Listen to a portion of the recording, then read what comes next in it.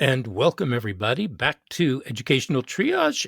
This is Tony, and I am, of course, sitting here with the fantabulous Philip Summers.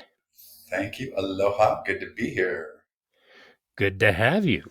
Anyway, so this week we're looking at how do we rate our schools? So, there's a lot of different ways to rate them, and I at first I was going to use a rubric, and then that became a monstrosity. I was going to say, how do you describe a rubric? It's hard. So You can do it. I kind of said, yeah, that's not going to work. So how do we rate our schools, Philip? I mean, what was your journey on this? Oh, geez. Yeah, I thought about that at first. I took a too deep a think. But I thought about it from a who, what, where, when, and why. Well, at first I Okay. thought about the who. Who were we rating? Or who were we rating it for? Was the dual headed question at first. Right. So I thought if we're rating it for somebody, and why it got me thinking, who are we rating schools for? Is it the parents? Is it the teachers? I thought, should we rate schools for teachers? I thought that's a novel idea from a teacher's standpoint. But for students, Hmm. do we rate them for the parents to know? I know that parents are very interested in that, and those affect real estate values. I know that. I know that schools are rated like 5 or 10 best schools in certain states or areas. I know that. So I got But thinking what about what the are the who. metrics that they're using for something like that? Well, they're using. I know in the like, for instance, down in the state of Oregon, they're using attendance. They're using proficiency as test the amount of students that are passing scores tests at benchmark grades. I think maybe even 3, but at 5 for sure, 8, Hmm. and certainly 10. How many are at benchmark? Right. And the graduation rates are the ultimate that I think Hmm. parents and the general public understand. Do you agree on that one? Or are there ones you know more about that? Don't you think? About what? The graduation rates, I think, are the ones that primarily everybody sort of looks at and goes, "Oh, that district graduates X amount of students," but you Well, know it's more almost a stuff. national metric. I mean, they look Yeah, at how, the number of graduates in a state, yeah, and they say, okay, well, this state's not doing so well as far as yeah. graduation goes. They always do say So, that. and to Yeah. be quite honest, Oregon has been pretty. I think I read something, maybe it was in the last year.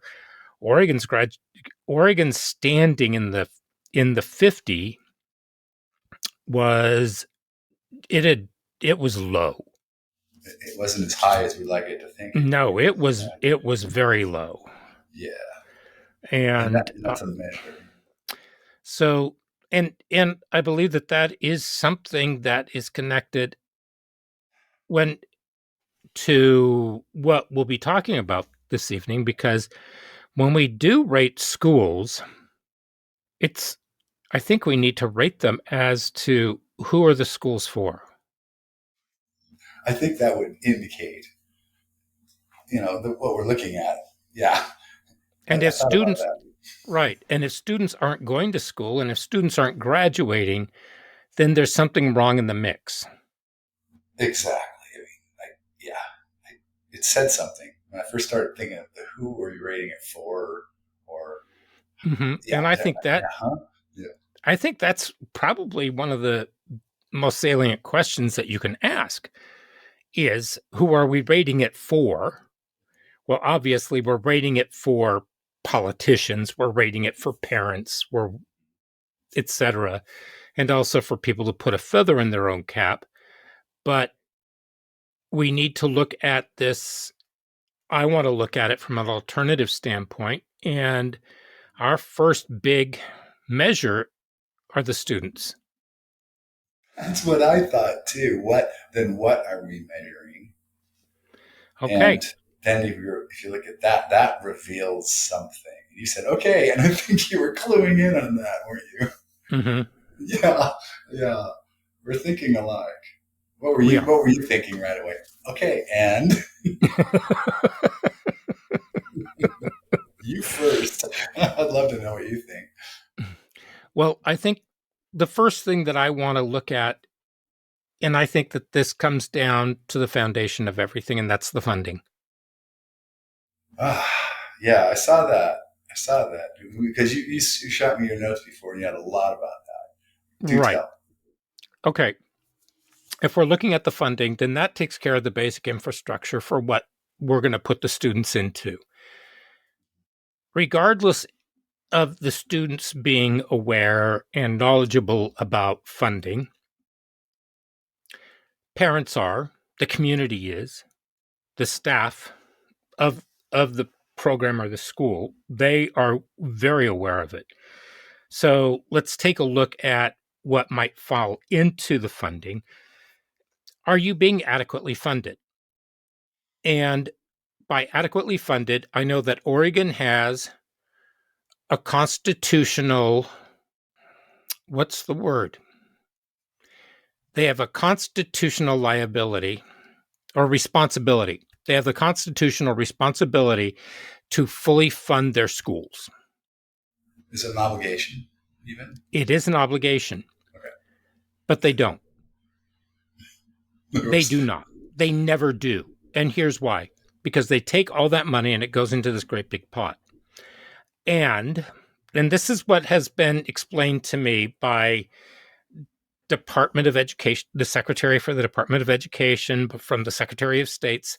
I mean, this is through a long list of people over the last 30 plus years. We have a huge pot of money, and that's supposed to be servicing the schools, etc. The politicians then take their ladle and they dip it in for their little projects that they want to do. That comes first. That's how the politicians work it here. How it works in other states, I don't know.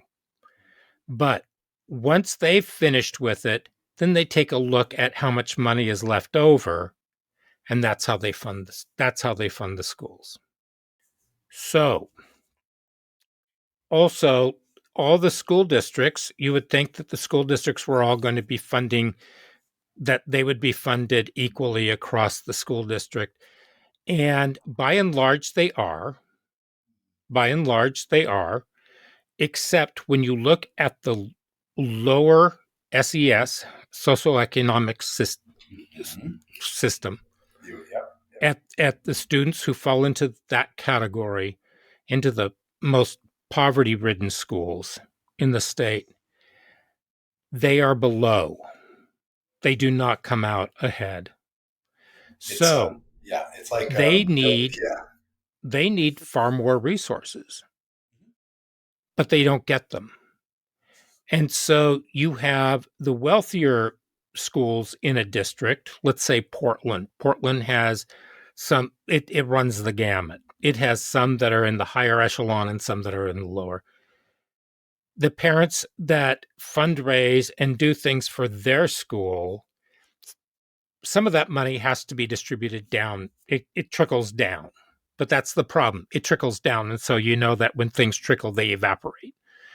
So if you take a look at the funding, we should be throwing more resources where they need to be in there to help lift people up rather than people being able to float and then throwing some down.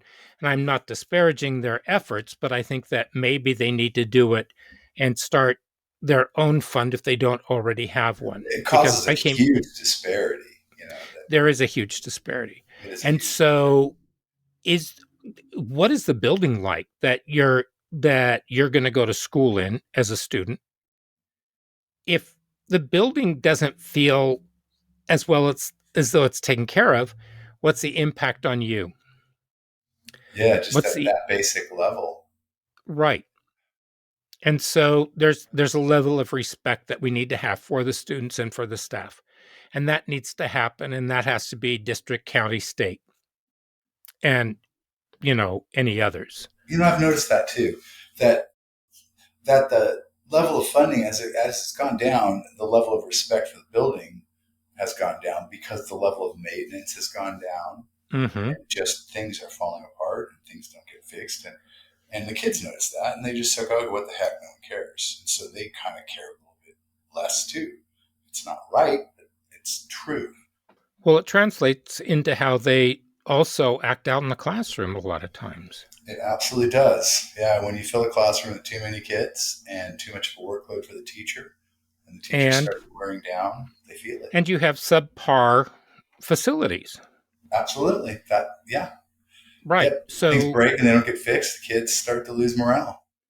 exactly. So also with the funding, we're looking at, do we have quality infrastructure? That means the building, the spaces, transportation, and staffing. That's infrastructure. You're right. That is infrastructure of Infrastructure society. also, we're also looking at quality resources, and we'll get into those later. Student access, quality teacher retention, and attrition. And by quality attrition, I mean, are those teachers retiring or leaving not due to the circumstances surrounding their work life?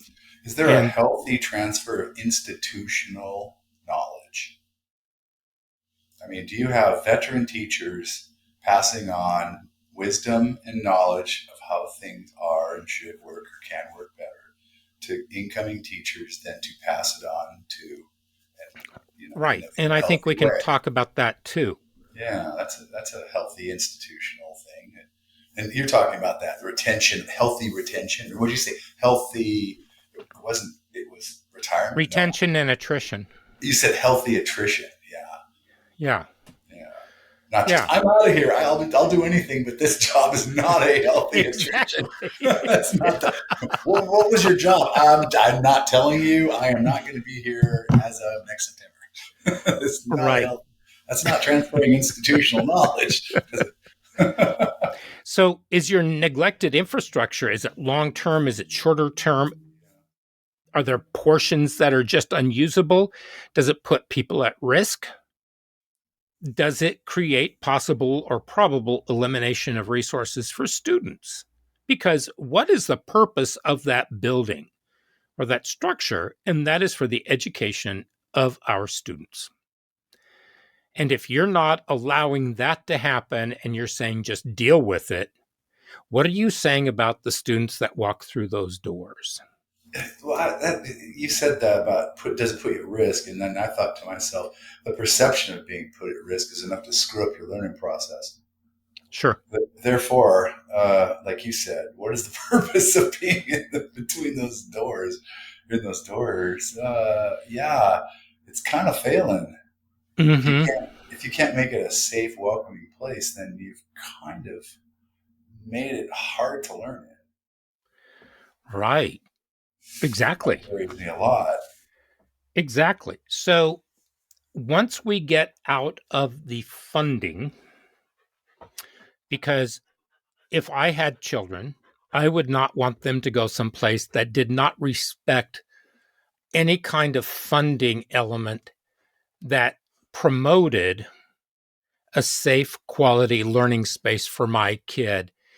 And you can come up with whatever excuses you want. But if you're not providing it, you won't provide it. That's it. Yeah. Hmm. Do or do not. There's no try. Right.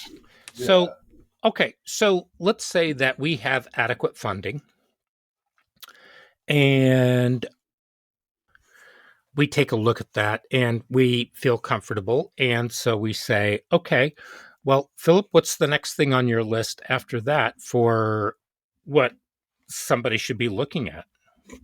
Oh, so as for grading schools? Yeah. Oh, geez. Well, preparedness. I was thinking in a current system, we're talking about a diploma, but if we are really rating a school, how prepared are they leaving the school? And we had discussed that. And we had actually decided that we would like schools to do a little bit more than the high schools do as far as the diploma requirements. And Right. perhaps preparedness would be more like at least a year or possibly, probably, and preferably two a year's worth of credit in college study to send them out there so that at least they have a background in college, at least some vocational training in the front of them or college in front of them and the choice of either. Right. So, And the ability to be better prepared to join the workforce exactly.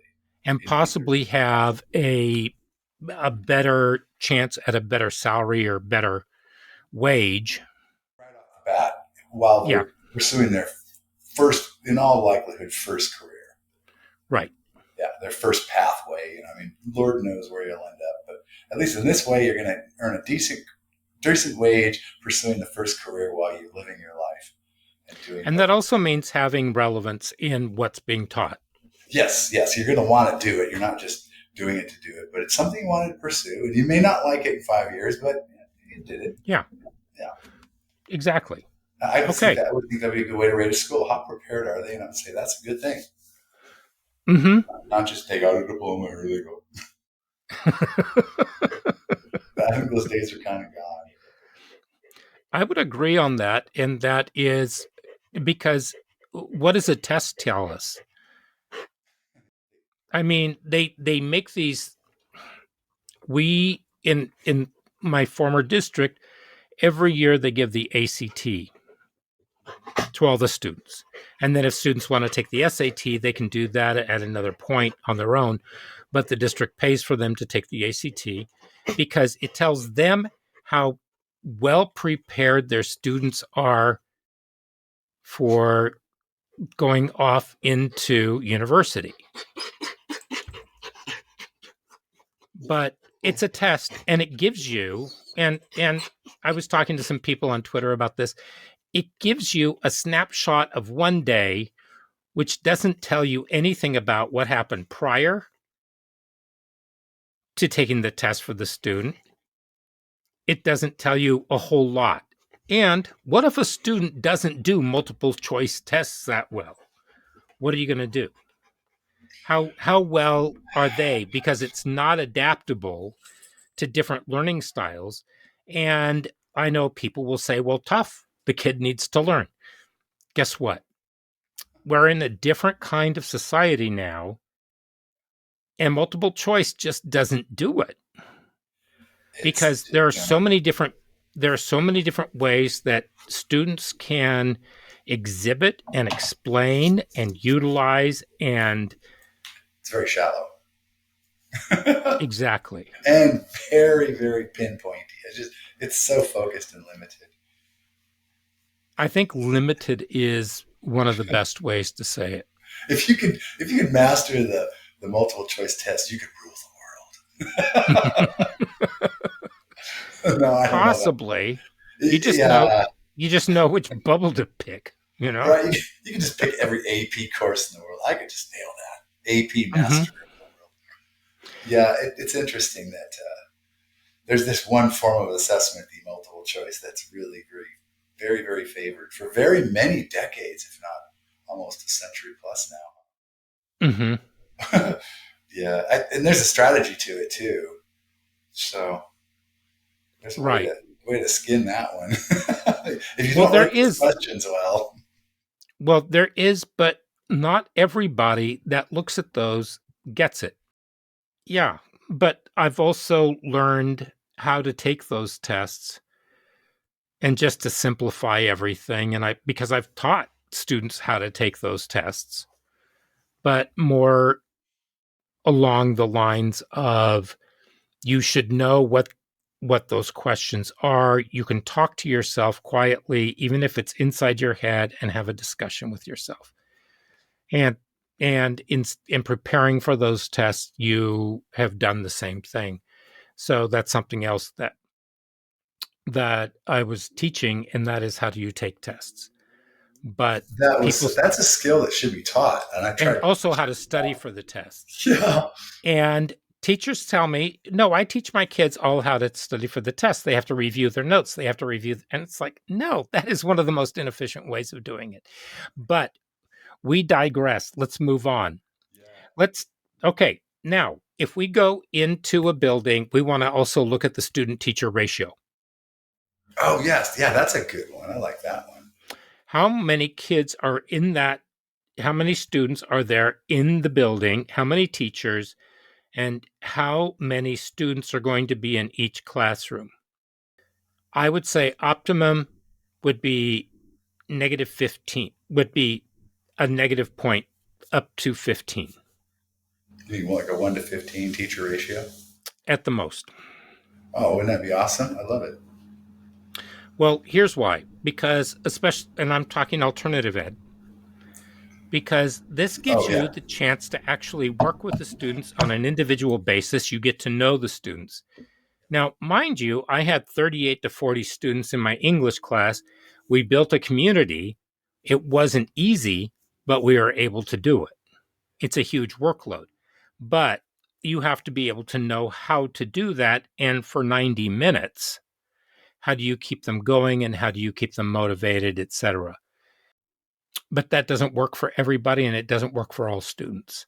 And unless you have, and I'm not saying that I'm the perfect teacher, I'm just saying I'm used to working with students at a one-on-one level. So when I go into a big group, and when I went to school, we had 38 to 42 students in a room because I was taught by the nuns, and they had great control over the classroom Oh, you because got 150 under one nun.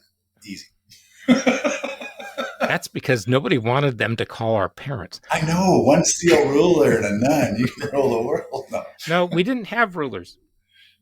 We didn't have Very rulers. disciplined. No, they got rid of the. It was actually in the public schools where they had the paddles. Oh, I got paddled once. Yep, it happens. And it was also in the public school where I was picked up by my hair and head butted. Was he a Oh yeah, PE by the teacher? teacher. PE And teacher? another time the teacher had he picked two of us up by our hair and then he knocked our heads together. Oh, and he headbutted you guys too, kind of like Mm-hmm. WWF. It's awesome. Was Right. he a PE teacher? Was he? Come on, confess it. He was our sixth grade teacher. Oh, he was a sixth grade teacher. Oh, okay, because PE Yeah. teachers used to do stuff No, he wasn't a PE teacher. He was my sixth grade teacher. like that. Headbutted you. This was out in very rural Oregon. But Suburban would happen to be principal. but there is so much more that you can deliver in a class of 15 because not only do you have the community, but let's say that I have you as a student and you're not so good on one thing. The students know each other well enough so I can partner you up with somebody, or I can even spend some time with you and I can give you some other material so that we can continue to move on and we can do some remediation because not everybody is good at everything. And so we can find, and with a differentiated curriculum, we can always bring people up to the same point. And if other people aren't, then as a team, they can bring them up. And so it just helps. I was thinking about that 15. So if you have a school of 45 kids, alternative, like let's say there's a core program, you have 3 teachers, you have case management of 15 kids per teacher, and but you don't have 15 kids in each classroom because you have kids at different degrees of learning. Some kids are leaders. They have a way of like wandering around. You know, those kids are. They have like leadership roles or they're doing something independent. And so they're not necessarily in a certain class because they're working on a certain project. And so you got like 3 or 4 kids or maybe 4 or 5 that are roaming around. Those aren't necessarily the kids that are roaming the hallways, No, the they're not leadership hallways, style. but they're like helping a teacher or they're not like being under direct instruction. They're more autonomous learning. Or you have kids working in groups. So you're not really direct instructing 1 to 15 in direct instruction. You rarely direct instruct. There you go. So what I'm trying to paint is this vision for our listeners is that you may have 1 to 15 in the case management, 3 teachers, 45 students in the whole program. However, you never really have 1 to 15 in a classroom. You're sort of juggling groups, subjects, students in learning positions, students in leadership positions, and teaching that way. And so 1 to 15, like you were saying, sometimes you remediate, sometimes you're working in groups, sometimes you're direct instructing. It's really quite manageable and really helpful and helps the kids get all the content at all the different levels. Right. It's perfect. Yeah. Rather than trying to present a class of 32 kids, here's the information all at once, 32 kids, here you go. And you have far easier manipulation of dealing with permutations of what you want the students to do and other projects that maybe you might want them working on. You can break them up. It's far easier to supervise and take care of everything else that you need to do. Yeah, it's just, it really it flows, for lack of a better Mm-hmm. word. And I think that's the best word. It flows. And if you're a good teacher, you can juggle that and you get to know your students. And after all, that's what we're talking about. Know the students, the relationship. Exactly. Okay, what's next on your list? Well, I was thinking, why can't students somehow rate and I mean, their satisfaction with the school itself? Yeah, So you want student voice. they'd have. Yeah, we're always talking about rating What's the schools. student What's the student involvement? voice? Yeah, what Rate? would students say about the school? Well, we're not talking about who's doing the rating. We're talking about how do we rate. I know. That's when I So, was saying who does the rating. I said, well, what about students? Why can't students rate schools? But well, they can. They can. In fact, I used to, at the end of when I was running, when I was running and overseeing the credit recovery and high school completion program, what I had the teachers do was there was an online survey for the students. And so there were several questions about what was going on.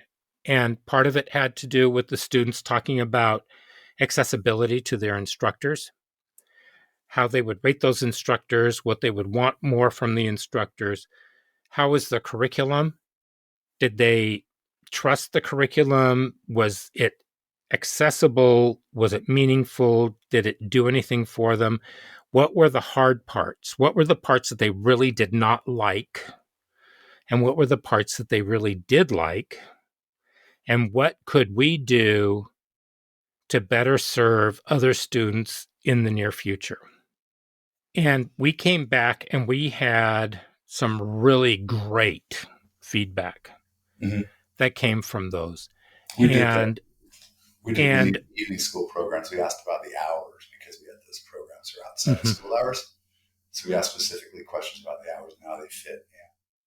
Well, I wanted to know about the teachers. I wanted to know because I couldn't be there in the classrooms because I was doing my own classes and running the other program. But I wanted to know whether or not the students were getting the help that they needed to get.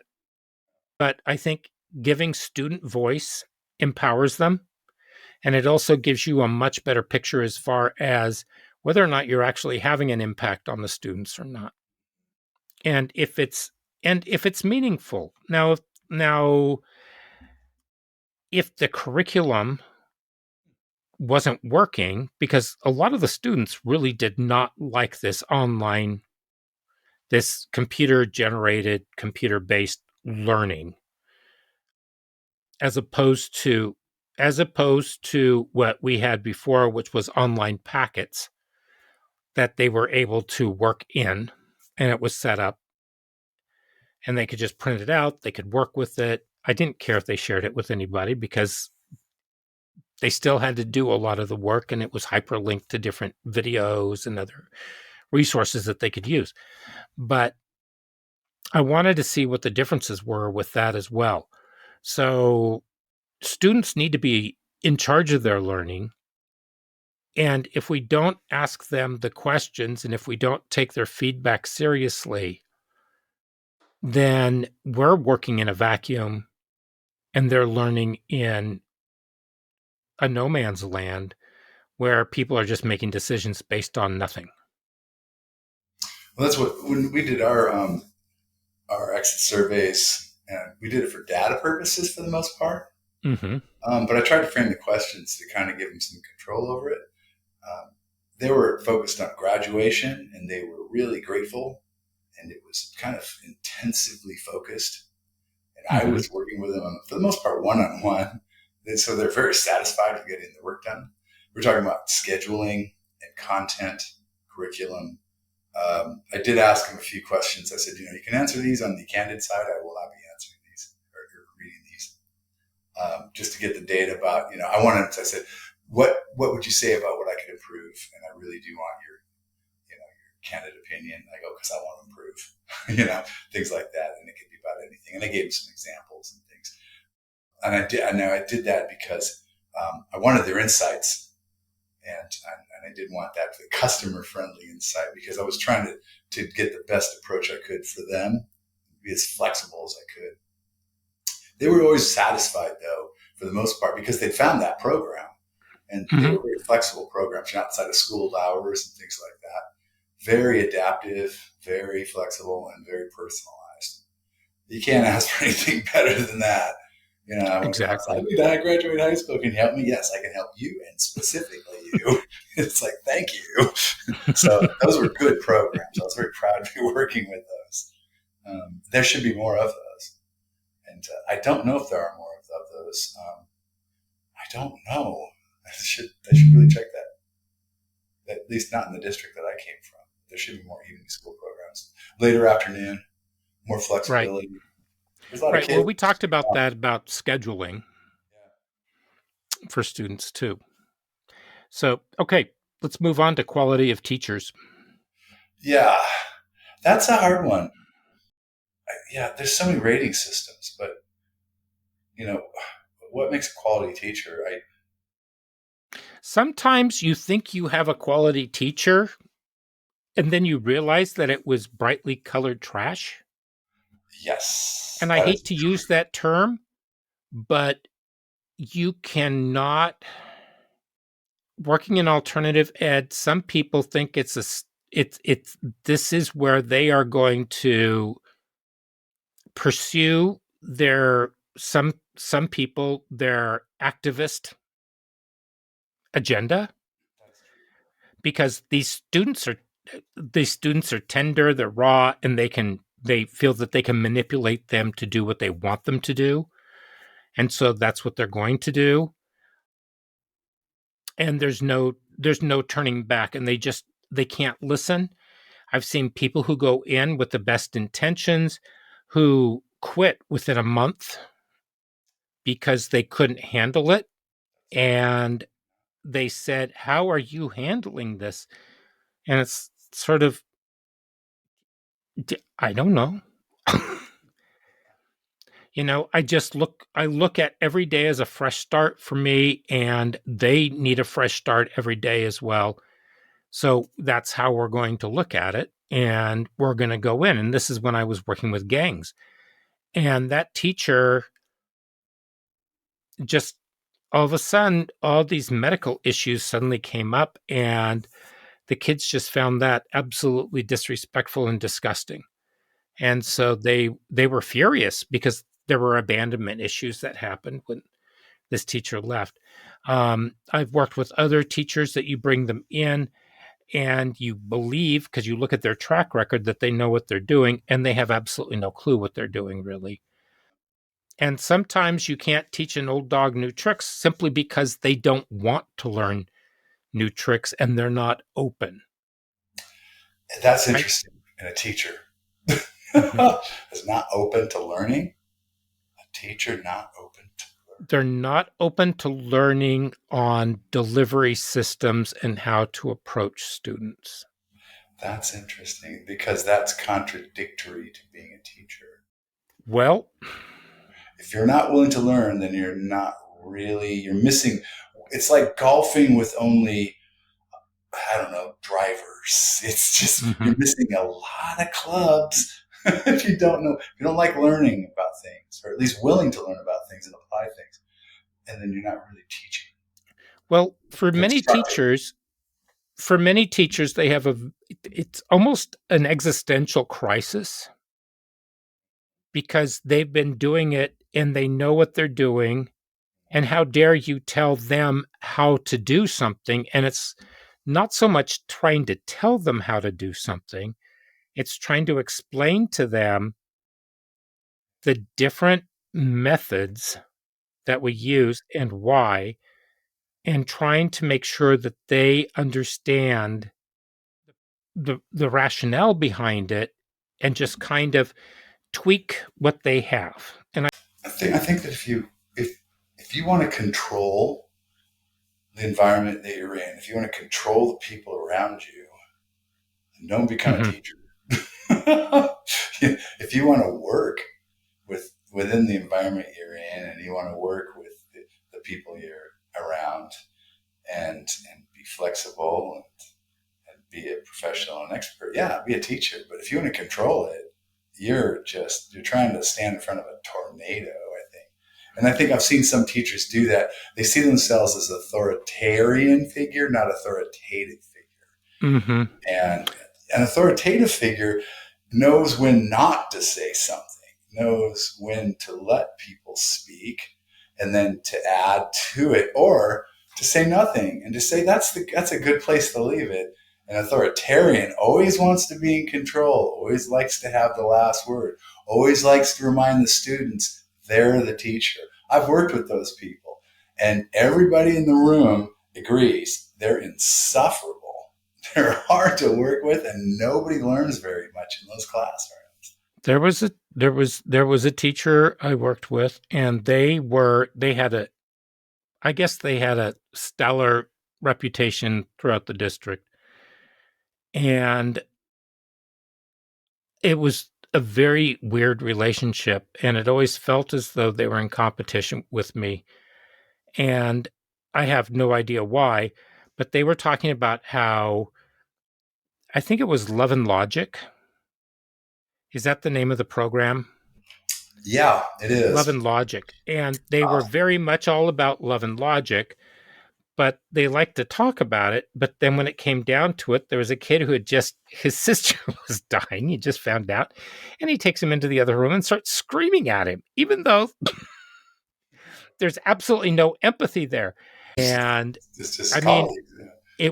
it was absolutely astounding to me, the lack of self-awareness, but also just the lack of empathy for the students. So I think empathy is something that you need to have. Yeah. But how do Yeah. you interview for empathy? I can hear people talking about things, but without actually seeing them in action and actually knowing what it is that they do, it's almost impossible to know what you're going to get. And districts and buildings are very, very against going through the 90 days and then jettisoning somebody because they're not working out. Yeah. Yeah, I've never seen or heard of anybody leaving or being let go after 90 days unless they did something outrageous. I've heard maybe once. Right. But I just know of another teacher that they kept who was not able to build relationships with students, and they were transferred and they were put in charge of another program simply because of you have to find if a position opens, you have to place a teacher into that position rather than lay them off. And they put them into this extremely delicate position, and they were told, you need to learn how to build a better relationship with these students. And their response was, I only have them for 9 weeks. How am I supposed to build a relationship with them in 9 weeks? So Well, I mean, that, and, I was partially responsible for hiring this person, but I didn't have a whole lot of information. We talked. I thought the deal was already made. And then I was called and they said, do you want this person to work for you? And I thought, I guess, okay. And so when I complained, I was told, you're the one who hired them. And I thought, yeah, thanks. Well, having said what I said, I have no idea how to hire a perfect person.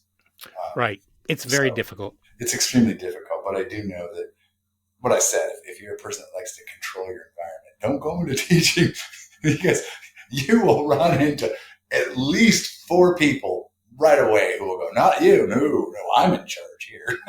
Mm-hmm. Kids.